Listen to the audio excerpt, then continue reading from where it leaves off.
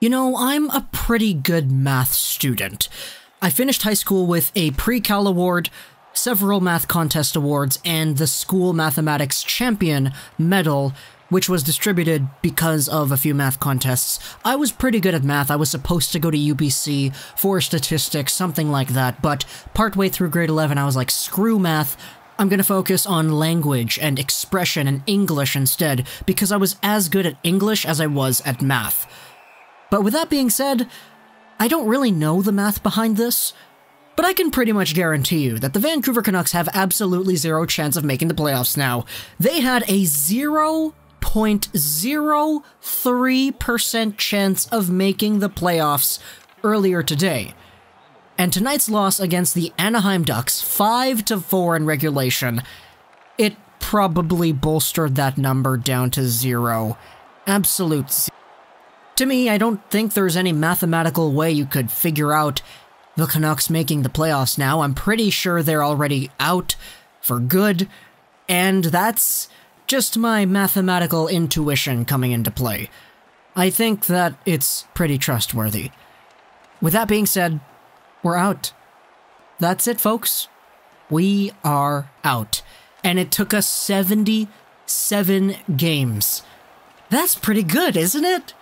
Like, this team was supposed to suck. This team was not supposed to be this close to the playoffs this late into the season. I was predicting maybe like a guaranteed elimination by the 65 game mark, so this is pretty good. Well, not good. I mean, it's good because we're exceeding expectations and we're taking advantage of the Pacific Division and the West, which is kind of weak, but we're actually in a position where this game was pretty entertaining. Even though they lost, even though Markstrom let up 5 goals, this one was entertaining, and I'll tell you why. It wasn't really entertaining because of the goals per se, but because of everything else. Seriously, this whole Anaheim coming into town, Ryan Kesler potentially playing his last game only to not play at all, Sam Steele getting a hat trick, and random guys getting goals that you've never heard of before. Seriously, give me a scouting report on Kiefer Sherwood before today's game. I think probably 90% of this channel's viewership wouldn't be able to do that. But other than that, the Vancouver Canucks had a lot of chances, they hit a lot of posts, they went wide a few times where the net was open, and they did some pretty dumb things that costed the team penalty. But hey, we got 4 goals. And this was probably a game that you could say we probably didn't deserve to score 4 goals. Because the order of the goals goes Sam Steele in the first period, okay, he gets his second on the year. Then Jake Virtanen just a little bit later gets the long feed off the boards, he streaks right in, he backhands it to the crease, it's off a Cam Fowler and in, so it's 1-1. And then Alexander Edler just a little bit later with a minute left to go in the first period, he gets a shot off, it's off of Corey Perry, who's right near the perimeter of the faceoff circle, and it bounces in. That one was Edler's 9th on the year, assisted by Josh Levo, that's his 10th assist. Jake Virtanen, by the way, that was his 15th goal on the year, so Shotgun Jake is up to 15. He did slow down for a good portion of the season, but he does have 15, so that's pretty good.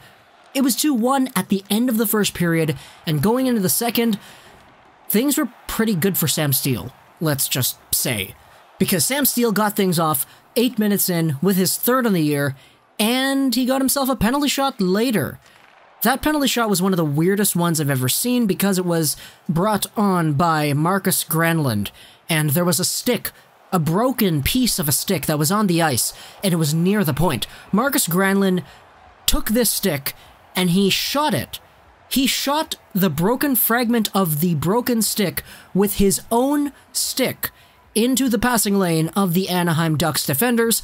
The puck was sent across, and it bounced off of the stick, and there's some rule in the rulebook that prohibits shooting fragments of sticks onto the ice to block the play that would end up in penalty shots.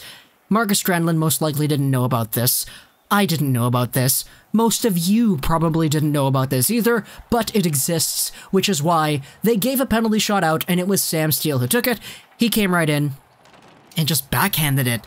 He backhanded it, pulled it super far over to the backhand, lifted, and that was his hat-trick goal. And Cheech was talking about how the only other rookies to get penalty shot goals leading to their hat tricks were Eric Lindros and Teemu Selanne. Like, my goodness, how do you even pull that stat? But that was the second period. Things end off 3-2 for the Anaheim Ducks. But then the third period starts and Rickard Rakell gets a power play goal. Kiefer Sherwood gets himself a goal, so it's 5-2 Anaheim, and everyone's kind of like, okay, we're kind of done. The building loses its energy, and everyone's kind of silent. We're not really thinking about this anymore, and even though the Ducks are the Ducks, and they're very capable of blowing leads, Canucks fans were like, yeah, Anaheim sucks, but so do we, right? So, we're not gonna win this game. But then Josh Leivo came out. 2 minutes later, Josh Leivo gets his 14th goal on the year. This is his 24th point, and the puck is behind the net. Gibson, he throws it rink wide, and it bounces off a few things. It doesn't really go to the Ducks. Bounces out in front of the slot. Leivo picks it up, he shoots, he scores. It's in. There's a 2-goal gap between the Canucks and the Ducks. And then just a few seconds later, Tanner Pearson.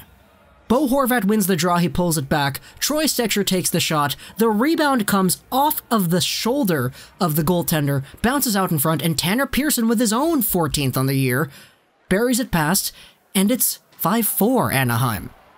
Troy Stecher gets his 21st assist on the year. Bo Horvat, his 31st. So Big Bo is up there on 58 points on the year. It was great to see that. And then the Canucks have pressure. They have the 6-on-5 for a bit. They have some extended zone time for a bit.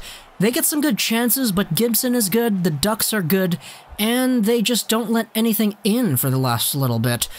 And as a result, the Canucks lose. So, overall, things were pretty entertaining, and if you want to take a look at the lines specifically, Travis Green shaked things up a lot.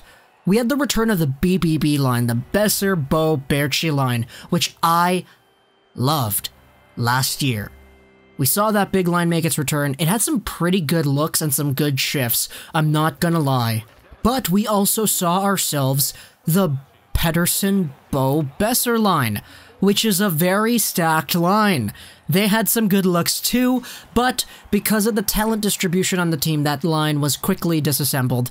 And eventually we did see it later on in the 6-on-5, but hey, you can't have this line the entire game because the rest of the team is gonna be kinda meh.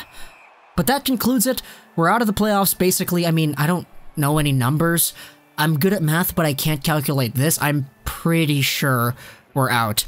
99.999% sure that we're out. Hope you guys enjoyed this video. Plus, that's Troll Iceland Gaming. And bye.